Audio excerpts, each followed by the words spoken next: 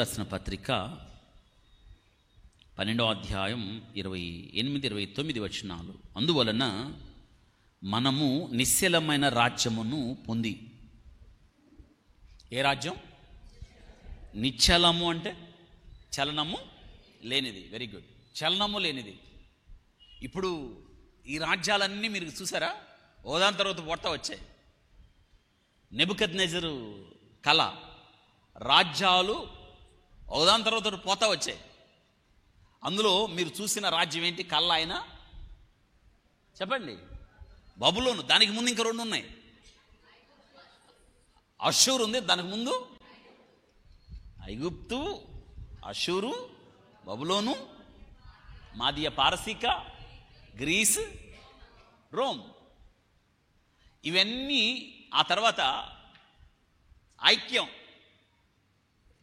ఇనుము మట్టి, European union రాబోతుంది. అప్పుడే అంత్యక్రీస్తు వచ్చేస్తున్నాడు త్వరలో.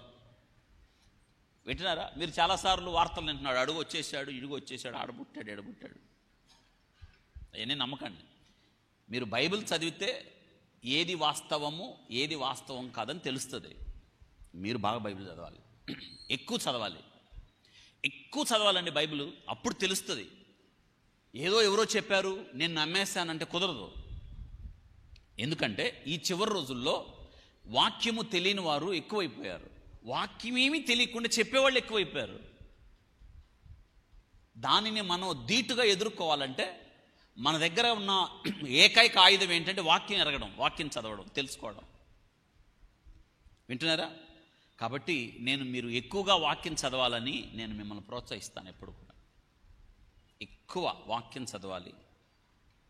అప్పుడు మీకు ఎదుటి వ్యక్తి చెప్పేది ఇక్కడుందా, ఇక్కడున్నది చెప్తున్నాడా, సొంత విషయాలు చెప్తున్నాడా?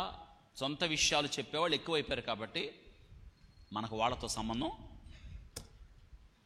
కాబట్టి నిశ్చలమైన రాజ్యం అది దాటిపోతుంది. చేతి సహాయము లేకుండా తీయబడిన రాయి, భూతలమంతా. అదే క్రీస్తు రాజ్యం రాబోతుంది. అప్పుడేమైందో చూడండి. రాజ్యము పొంది దైవ కృప కలిగి ఉందుము అని చెప్తున్నాడు. ఆ కృప దైవ కృప, దేవుని కృప. కృప అంటే ఇప్పటికే మనం విన్నాం, కృప పొందాం మనం, అందుకే ఇక్కడ ఉన్నాం. అర్హత, ఆధిక్యత, యోగ్యత, ఘనత, స్థితి. అర్హులం కాదు, డిస్క్వాలిఫై. మనం ఫెయిల్, విఫలమైపోయాం. కానీ కృప మనల్ని ఏం చేసిందంటే క్వాలిఫై, డిస్క్వాలిఫైని క్వాలిఫై చేసింది.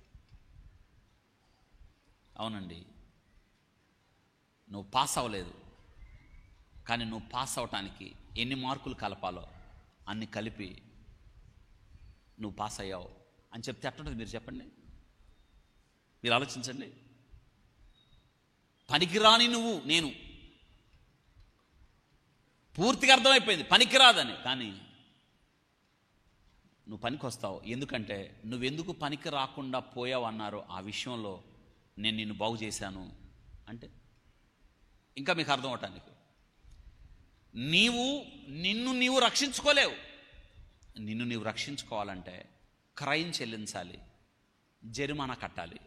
నువ్వు కట్టలేవు, నీ దగ్గర లేవు. నువ్వు కట్టినా నువ్వు విడుదల పొందలేవు. అందుకే నీకు బదులుగా నేనే వెల చెల్లించాను. ఇప్పుడు నువ్వు వెల చెల్లించాల్సిన అవసరం లేదంటే ఎలా ఉంటుంది మీరు చెప్పండి? అది దైవకృప అంటే. ఇక్కడ మనం ఉన్నామంటే అర్థం ఏంటంటే మనం ఏదో మంచి చేసామని కాదు, గొప్ప చేసామని కాదు, మన మంచి క్రియలని కాదు, లేదా మన క్రైస్తవ కుటుంబాల్లో పుట్టామని కాదు, లేదా మనకేదో ఎక్కువ వాక్యం తెలుసని కాదు, మనం ఏదో నీతిమంతులు అని కాదు. కేవలం ఆయన దయా దాక్షిణ్యాలు. ఇదిగో దాన్నే కృప అన్నాం. చెప్పండి, ఏమన్నాం? కృప. ఏమన్నా కృప ఎంత అర్థం ఉందో తెలుసా? That is grace. కృప పొందిన మనం ఏం పొందాం? పెద్దగా కృప పొందిన మనం. ఇప్పుడు మీరు అన్ని పాస్ అయ్యారు. మా లెక్కల్లో 30 వచ్చినాయి. లెక్క చూస్తే, ప్రభుత్వం లెక్కలు చూస్తే 5 మార్కుల్లో కొంతమంది లోపు మార్కుల్లో ఎన్ని మార్కులు కలిపితే ఎక్కువ మంది పాస్ అవుతారని ఒక మార్కులను నియమించింది. 5 మార్కులు కలుపుతుంది ప్రభుత్వం అని ప్రకటన వచ్చినప్పుడు నీకు జాగ్రత్త వినాలి. దేనిలో తక్కువైనయో అందులో కలుపుతారు. ఇప్పుడు మీకు అర్థం అవటానికి, నాకు లెక్కల్లో నేను ఫెయిల్ అయ్యా, నాకు 30 వచ్చినాయి. నాకు అవసరం పాస్ అవటానికి ఏం కావాలి? 5 కావాలి. మనం ఎంత దరిద్రులం అంటే 100 మార్కులు 35 ఏంది? దానికి కూడా మళ్ళీ గ్రేస్.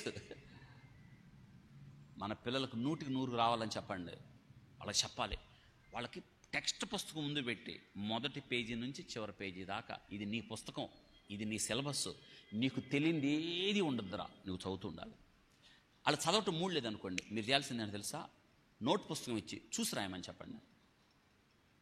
నాకు చదివే మూడు లేదన్నాడు అనుకోండి, వెరీ గుడ్, అవి చూసి రాయి. ఇలాగ ఏం చేయాలి? మనం బిడ్డలకు నేర్పాలి. అర్థమైందా? ఇప్పుడు నాకు 30 వచ్చినాయి మా, నాకు అవసరమైంది 5. ప్రభుత్వం కలపాల్సింది కూడా 5 వరకే కలుపుతానంది, 5 కలుపుతారు. అప్పుడు 35 నన్ను పాస్. ఇంకొకటి 33 వచ్చినాయి అనుకోండి, అతనికి 5 కలపరు, అవసరమైంది ఎన్ని కలుపుతారు.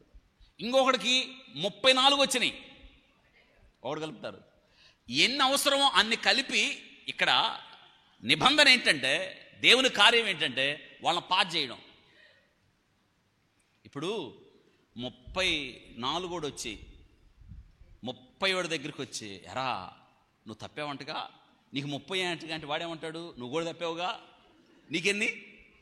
ఇద్దరు ఒకే జాతి పక్షులు. 34 వచ్చిన వాడు తప్పాడు, 30 వచ్చిన వీడు. అప్పుడు గ్రేస్ ఏం చేసిందంటే, 30కి వచ్చినోడు కలపాల్సింది మళ్ళీ నిబంధన. 30 వచ్చినోడికి 5, 34 వచ్చినోడికి 1.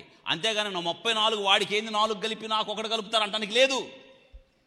కేవలం కృప, దయ. అర్థమైందా? ఈ పాస్ అయ్యాడే వాడు గంతులేయటానికి లేదు, నేనే పాస్ అయ్యాను అంటానికి లేదు. అప్పుడు ప్రభుత్వం అంటది, సిగ్గులేనోడా, నువ్వు ఫెయిల్ అయితే నీ బాధ చూడలేక నేనే కలిపా. అతిశయించువాడు మార్కులు కలిపిన విద్యాశాఖ ఎందే అతిశయించాలి, ప్రభుత్వము ఎందే అతిశయించాలి. ఇది చెప్పాడు ఇక్కడ. కృప పొంది, దైవ కృప పొంది డిస్క్వాలిఫై, ఎవడు మనల్ని రానివ్వలేదు, ఎవ్వరు దరి చేర్చలేదు, కృప పొందితిమి అన్నాడు. ఎవరిచ్చి రానిచ్చారు మనల్ని? దళితులుగా, పీడితులుగా, అస్పృశ్యులుగా, అంటరాని వాళ్ళుగా ఎవరు రానిచ్చారు? క్రీస్తు ప్రేమ వెతికింది, క్రీస్తు ప్రేమ పట్టింది, క్రీస్తు ప్రేమ నడిపించింది. ఎవరు రానిచ్చారండి మనల్ని? వివక్ష. ఎంత వివక్ష తెలుసా? మన దగ్గరికి క్రీస్తు ప్రేమ నడుచుకుంటా వచ్చింది. ఎవరు పట్టుకోలేదు మనల్ని, రానివ్వలేదు అంటున్నారా? ఇప్పటికీ కొన్ని చోట్ల వివక్ష ఉంది, మీకు తెలుసా?